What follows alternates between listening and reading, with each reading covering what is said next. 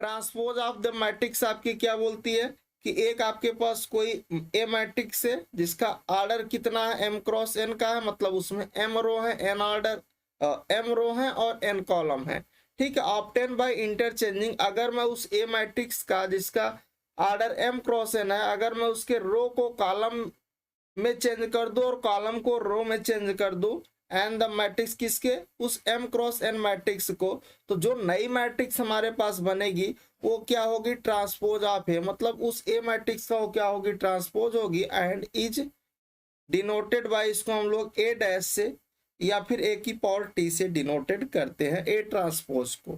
ठीक है, जैसे कि इस एग्जांपल्स में देखो, इस एग्जांपल्स में आप देख पा रहे हो कि इसके पास 3 रो है, फर्स्ट रो है, ये सेकंड रो है और ये पूरी की पूरी थर्ड रो है, मतलब इसमें 3 रो है, 4 कॉलम है, ये C1 कॉलम है, ये आपका C2 कॉलम है, ये आपका C3 कॉलम है और ये आपका C4 कॉलम। इसमें 3 रो है, 4 कॉलम है, मतलब मैंने कहा कि इस रो को आप कॉलम में इंटरचेंज कर दो, जो पहले रो वन थी अब उसको कॉलम में लिख दो, और जो पहले कॉलम था उसको, तो देखिए इस रो को जब आप कॉलम में लिखोगे तो भाई इंटरचेंजिंग कर रहे हो, तो देखो ये रो वाला कॉलम में आ गया। ठीक है, दिख रहा है 2 3 4 5, तो ये कॉलम में हो गया। फिर ये R2 वाला देखो, इसको मैंने यहाँ पर इसके साथ कर दिया। अब ये मैट्रिक्स जब देखोगे तो ये आपके पास क्या हो गई, ये R1 रो हो गई, ये R2 रो हो गई, ये R3 रो हो गई और ये R4 रो हो गई। ये आपके पास C1 कॉलम है, ये C2 कॉलम। जब आपने इसको इंटरचेंज किया, ए डैश इसका निकाला, तो ये आपके पास ऑर्डर भी इंटरचेंज हो जाएगा। भाई रो को अपने कॉलम में किया, कॉलम को रो में किया, तो पहले ये 3x4 की मैट्रिक्स थी, जब आपने इंटरचेंज किया तो ये आपके पास 4x3 की मैट्रिक्स बन गई। ठीक है, तो कोई भी आपके पास गिवन मैट्रिक्स होगी एम क्रॉस एन की, अगर उसके रो को कॉलम में इंटरचेंज कर दो, कॉलम को रो में इंटरचेंज कर दो, तो उस मैट्रिक्स का क्या हो जाएगा, ट्रांसपोज हो जाएगा, मतलब ए डैश बोलो या फिर ए ट्रांसपोज बोल सकते हो। आगे बढ़ते हैं, इसकी प्रॉपर्टीज के बारे में बात करते हैं कि अगर आपके पास कोई ए मैट्रिक्स है एम क्रॉस एन की, आपने उसका ट्रांसपोज किया और अगेंस्ट आपने उसका ट्रांसपोज कर दोगे तो आपको डायरेक्ट वही सेम मैट्रिक्स मिल जाएगी। दैट मीन्स कहने का मतलब ये है कि the transpose of A matrix, कोई भी आपके पास ए मैट्रिक्स है और उस मैट्रिक्स का आपने ट्रांसपोज किया और अगेन फिर से उसका ट्रांसपोज कर दोगे तो वो आपको इट सेल्फ दे देगी, वही स्टार्टिंग वाली मैट्रिक्स आपको मिल जाएगी। ठीक है, अगर आपके पास कोई 2 मैट्रिक्स है, एक ए मैट्रिक्स है दूसरा बी मैट्रिक्स है, आपने उसका एडिशंस किया और उसका आपने ट्रांसपोज करोगे तो आपके पास वो किसके इक्वल होगा, A transpose plus B transpose, मतलब the transpose of the sum of 2 matrices is the sum of their transpose. ठीक है, अलग अलग उसके ट्रांसपोज के सम के बराबर होगा।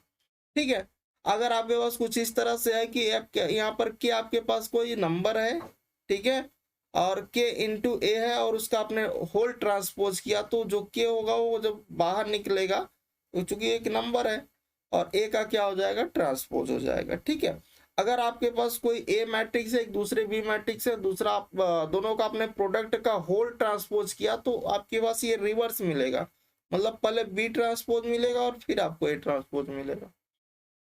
The transpose of the product of 2 matrixes, ठीक है, is the product of the reverse order of their transpose, उसके रिवर्स ऑर्डर के वो इक्वल होगा। ठीक है, अब एक एग्जांपल्स देख लेते हैं और इसको आप प्रूफ करिए कि अगर आपके पास कोई 2 मैट्रिक्स है, एक ए मैट्रिक्स है हमारे पास, दूसरी बी मैट्रिक्स है, हमने दोनों का प्रोडक्ट किया और उसका ट्रांसपोज किया, तो किसके इक्वल आना चाहिए, बी ट्रांसपोज और ए ट्रांसपोज के बराबर आना चाहिए। अगर ऐसा आता है तो ठीक है, तो देखिए इस प्रॉपर्टी को हम लोग सेटिस्फाइड करते हैं। भाई ए हमारे पास ये कितने की, इसमें 2 रो है 3 कॉलम है तो 2x3 की मैट्रिक्स, इसमें 3 रो है 2 कॉलम है तो 3x2, पहले रो लिखते हैं फिर कॉलम को लिखते हैं। अच्छा ठीक है, अब सबसे पहले आप इसका क्या निकालो, तो अपन ट्रांसपोज निकाल देते हैं, मतलब अपन ए डैश अगर निकालना चाहें तो अपने पास ए डैश क्या होगा, भाई ये 2x3 का था, तो अब तो जब रो को कॉलम में इंटरचेंज करोगे तभी तो ट्रांसपोज होगा, मतलब जो ये रो थी R1 रो को मैंने कॉलम में इंटरचेंज कर दिया और R2 रो को भी, मतलब ये ऐसे लिखा जाएगा 1 -2 और 3, ये आपके पास -4 2 और 5। अब देखिए पहले रो में इंटरचेंज कर दिया, ट्रांसपोज करना। अब ये कितने ऑर्डर की बन गई? 3x2। पहले ये कितने की थी? 2x3 की थी। इसी तरह जब हम लोग बी ट्रांसपोज निकालेंगे, बी डैश, अब इसको देखिए, ये पहले 3x2 की थी, जब आप इंटरचेंज करोगे रो को कॉलम में तो ये 2x3 की मैट्रिक्स बनेगी। ये जो आपके पास है क्या, ये C1 रो है, ये C2, सॉरी, ये C1 कॉलम, ये C2 कॉलम, और रो कितने, इसमें 3 रो है। अब रो को कॉलम में लिखोगे तो कैसे लिखोगे? रो को कॉलम में लिखोगे तो 1 और 3 लिखोगे, -1 0 लिखोगे, 2 और 4 लिखोगे। अब ये कितने की बन गई? 2x3 की, जैसे आपने किया इंटरचेंज, है ना, रो को कॉलम में, कॉलम को रो में। यहाँ तक आपने कर लिया। अब ये आपके पास ए और बी दे रखा है, तो इन दोनों का प्रोडक्ट कर दीजिए, ए और बी का। ठीक है, ए मैट्रिक्स आपके पास क्या है, देखो, 1 -2 3, माइनस का 4 2 5। अब ये कितने की थी? ये 2x3 की थी। हमें करना है मल्टीप्लाई इस दूसरे मैट्रिक्स के साथ, तो 1 3 -1 0 2 4। अच्छा, सबसे पहले मल्टीप्लाई करने से पहले एक चीज ध्यान देना, कि इसका ये 2x3 की मैट्रिक्स है, ये 3x2 की मैट्रिक्स। तो यहाँ से ये दोनों कटेंगे तो आपको कितने की मैट्रिक्स बनेगी? ये 2x2 की मैट्रिक्स बनेगी। ठीक है, ये देखिए, इसका जो कॉलम है इसके रो के बराबर होना चाहिए, तभी आप मल्टीप्लाई कर सकते हो, अदरवाइज आप नहीं कर पाओगे अगर ऐसा नहीं होगा। ठीक है, यहाँ पर एक कैंसिल आउट हो करके आपको 2x2 की एक मैट्रिक्स बनेगी। तो अभी देखो, इधर से अपन रो लेते हैं, इधर से अपन कॉलम में करेंगे। तो मल्टीप्लाई कर लेते हैं भाई, देखो कितना आएगा, 1 + 2 + 6, फिर 3 0 और इधर 12, फिर आपके पास -4 -2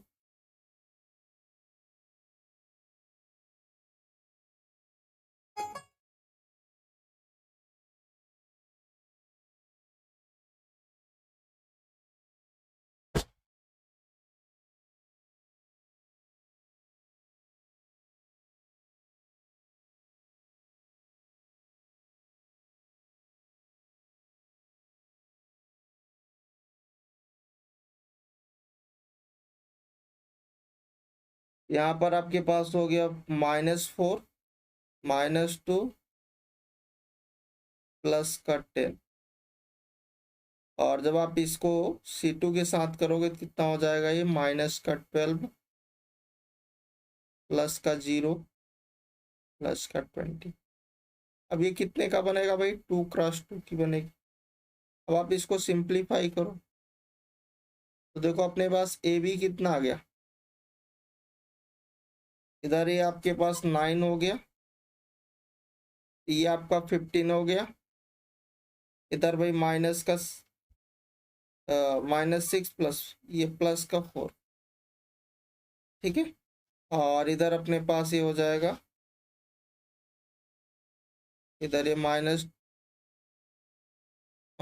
हो जाएगा, इधर